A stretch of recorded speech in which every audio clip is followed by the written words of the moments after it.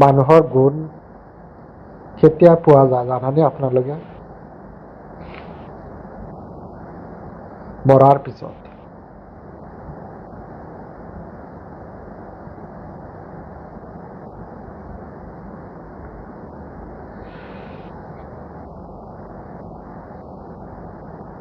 জুবিন দা ইমান এজন ভাল মানুহ আছিলে,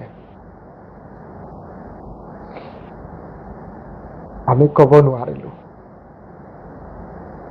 আজি এনেকুৱা লাগিছে যে জুবিন দা ওচৰত থাকি আমি চিনিব নোৱাৰিলো।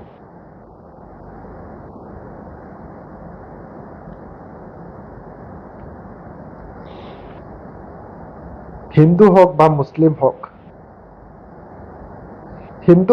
মুছলিম হওক, আমি প্ৰথম ইনচানিয়ত হ'ব লাগিব। এই ইনচানিয়ত জুবিন দাৰ ভিতৰত আছিলে।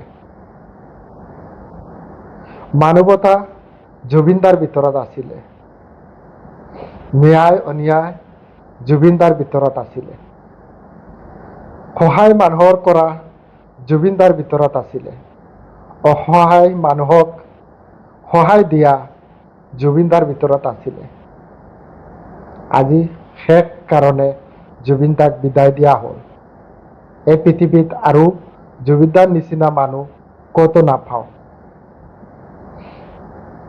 চিৰদিনৰ কাৰণে জুবিন দা আমাক এৰি থৈ গ'ল। মানুহৰ ভাল পৰিচয় মৰাৰ পিছত। বিয়া কৰিলে আপুনি, মানুহে তোমাক মৰাৰ পিছত মাত মাতিব।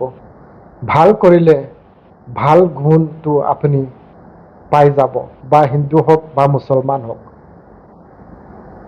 আজি মোৰ লাগিছে মোৰ ঘৰৰ কোনোবা মানুহ মৰিছে বা মোৰ ঘৰৰ কোনোবা মানুহ ঢুকাইছে, এনেকুৱা লাগিছে।